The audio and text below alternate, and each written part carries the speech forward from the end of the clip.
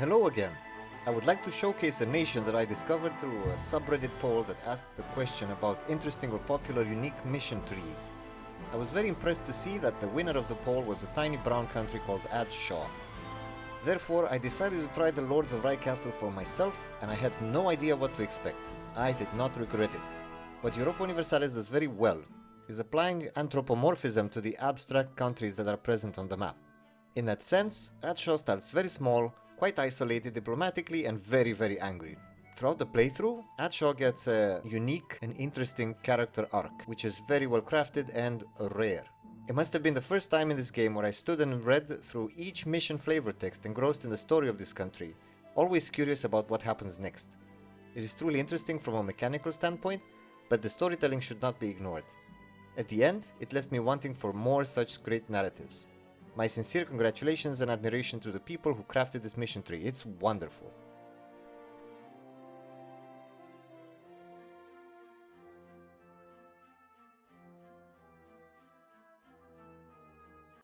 This is the Hellenic Reach region, and this is Adshaw.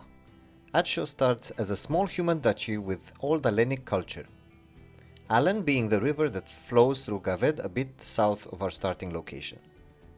Human military and administration are both very simple. Small morale bonuses as well as a general decrease in mana costs and a culture conversion cost reduction. The national religion is the major standard, if you will, human religion in Anbennar, the regent court. It has a personal deity mechanic where each ruler may choose a deity that gives a different set of bonuses. Throughout the playthrough, I decided to hold on to the regent court, sticking to a conservative theme that permeates the story of Adshaw. If you're going to choose an initial main deity, I recommend Nathaline. The national ideas are decent, but nothing to write home about. They're simply a good combination of economical and military bonuses, with an early infantry combatability bonus. They start sandwiched between the non-Hansa on the northern border and Gaved on the southern one. The Reachman cities will all protect each other initially through the Web of Trade League alliances, while the large nation of Gaved on the southern border wants your lands in the name of Hellenic hegemony. They are domineering and are not really open for any negotiations. The Frozen Maw orcs are also a looming threat to the east, and overall the geopolitical situation is quite terrible. Adshaw starts with 3 provinces which have medium to low development, and are overall very poor forests, with the only available resource being fur. The capital of Rye Castle also begins with a fort.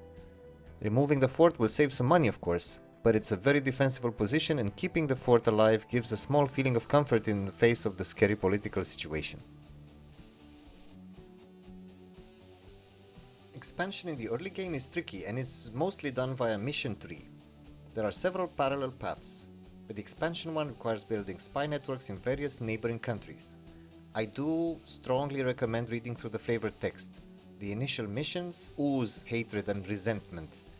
My take was that the Adshaw family used to rule a large kingdom in the Hellenic Reach, which was eroded and ultimately destroyed by various factions and exiled the family to the fortress of Rye Castle. The Adshaws will taste revenge one step at a time. One very high priority is to establish a spy network in Everwharf and contact the D-Land family, a powerful trading dynasty that has the ear of the Gavedi throne. This will grant a 20-year revenue buff and a truce with Gaved, which is crucial to Adshaw's survival. This is essentially a loan from the D-Land family, which is expected to be repaid after the buff run its course. The Adshaws must move fast, and they use every trick in the web weaver's arsenal. Cynical political marriages, assassinations, sabotage, forgery to take over or goad the small countries in the northern coast to declare war and thus take them out one by one, culminating in the complete devastation of Beivik and Selmaldor. The brutality and the evil of this expansion comes from a place of extreme bitterness, and the retribution is shocking at times.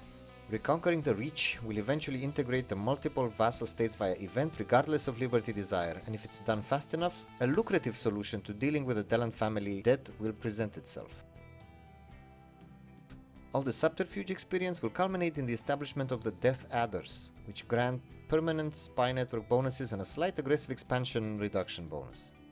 There is a small internal development branch which focuses on the mastery over the forests of the Reach and the promotion and expansion of the timber barons, which will grant development and production bonuses to the forests north of the Allen, negating the natural penalties of the forest ranges. Finally, there is another parallel story of Crovis Adshaw, son of Lord Raikan, who travels to the Vrorenmarch in a quest of support of the Hellenic East cities, which are subjugated by the Frostmaw Grey Orc clan.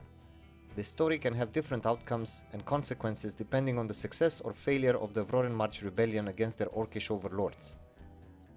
In my case, the Grey Orcs soundly defeated the combined Reachmen armies. Crovis returned home after the failure, and eventually the Wolves of Crovis Mercenary Company were established bearing his name. In the same spirit as with the coastal cities, an anti-orc campaign of retribution was initiated. It ended in another permanent buff to prestige and discipline once the Grey Tide, the name of the orcish invasion in the north, was pushed back and out of the Hellenic reach.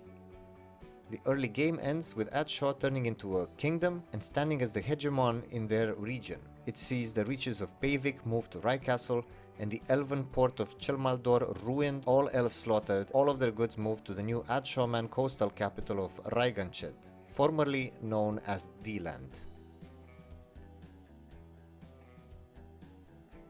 Once the kingdom is consolidated, the southern threat of Gaved becomes more and more present. The next set of missions revolve around expanding to the south and to the east. Removing the green-scale kobolds in the Godoran Heights will give you the option to remove the vermin or concentrate them into a single province and pacify them this way. I chose to establish the Axovurte colony.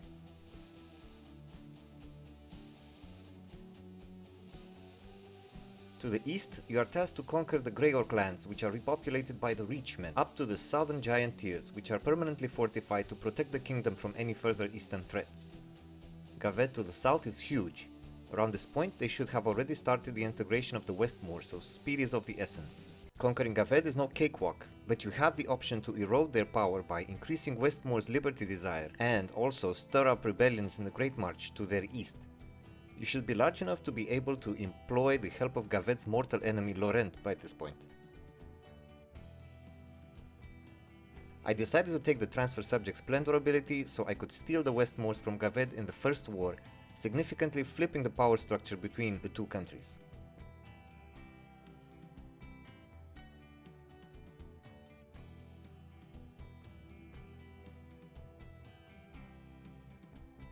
Once integrated, the Moorman clans negotiate with the new rulership for further autonomy in their clan seats and establish their own local communities with the Reachmen's help. Crushing Gavedi authority to their western and eastern sides ends in the final conquest of their heartland and the city of Gaveton. Gaveton is put to the torch and the state is devastated in a typical Adshaw fashion, with great prejudice and vengeance. Another brutal stomp of the heel in the name of Hellenic supremacy. The fall of Gaved forces all their provinces to be split among half a dozen new duchies, which are set free to be vassalized, conquered, or led to the mercy of Laurent.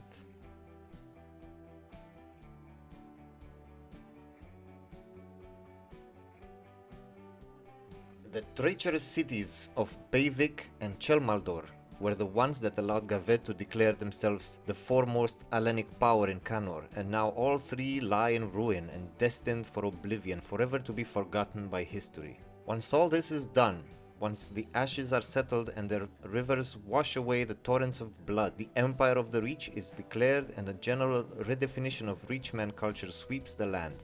The Reachmen separate themselves from the Gavedi culture and consolidate their own separate group, renouncing their connection to the Verteskian, Marodian and Vexonard cousins. The Reachmen together with the Moormen stand alone, strong and proud, like a dark, vengeful phoenix. After the cleansing of Gaved, the sandbox is open and the Empire of the Reach is free to assert its dominance over the lands around them however they choose.